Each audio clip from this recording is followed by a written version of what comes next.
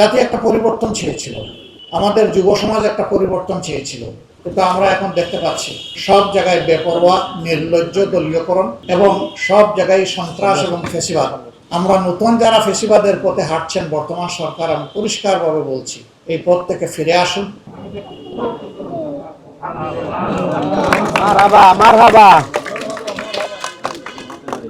এক লাইটেই নিশ্চিন্তে চলে দিনের পর দিন। Walton emergency bulb, the best emergency bulb.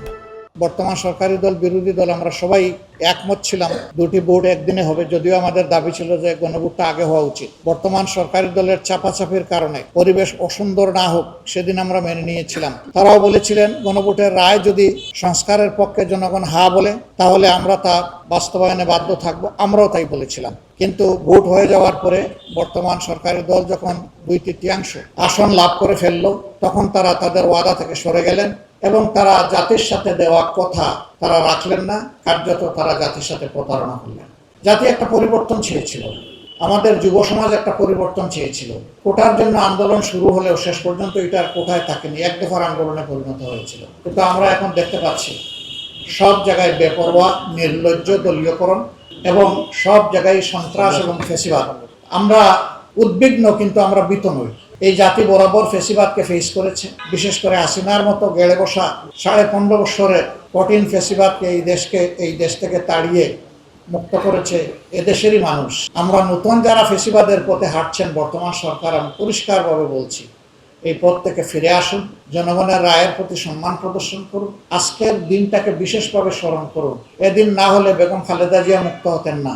ওই 6 মাস পর পর হাসিনার অনুমতি নিয়ে বাইরে থাকতে হতো, যেটা এর আগে থেকে চালু হয়েছিল। তারেক সাহেব দেশে আসতে পারতেন না, এমনকি তিনি 5 তারিখে দেশে আসেন নাই, 6 তারিখে আসেন নাই, 1 মাসের ভিতরে আসেন নাই, 1 বছরের ভিতরে আসেন নাই, তিনি এসেছেন 1.5 বছরের মাথায়। এই ফেসিবাদকে তাড়ানোর কারণে এটা সম্ভব হয়েছে। কৃতজ্ঞতা আদায় করুন। কৃতজ্ঞতা আদায় করলে জাতি খুশি হবে, আল্লাহ তাআলা খুশি হবেন, আর অকৃতজ্ঞ হলে তার মাসুল দিতে হবে। আজকে কেন আমরা এই ছোট্ট আয়তনে এটা আয়োজন করেছি? আমরা জাস্ট আয়োজন করেছি বিবেককে একবার একটু ধাক্কা দেওয়ার জন্য। এটি সমস্ত জনগণের জন্য খোলা, যে আসবে ওয়েলকাম। এখানে কোনো ফিল্টার নাই, রেস্ট্রিকশন নাই। তারা দেখবে, নিজের অভিপ্রায় ব্যক্ত করবে। এই উপলক্ষে আয়োজনের পক্ষ থেকে একটি প্রতীকী চিঠি, শহীদদের চিঠি, আবু সাঈদের চিঠি জনগণের উদ্দেশ্যে দেওয়া হয়েছে। এখানে যারা এসেছেন এবং যারা আসবেন, আমার অনুরোধ থাকবে এই চিঠিটা একবার চোখ বুলাবেন। চিঠি হয়তো অনেকের কাছে ব্যক্তিগতভাবে গিয়েছে, কিন্তু এই আয়োজনে একবার চোখ বুলাবেন।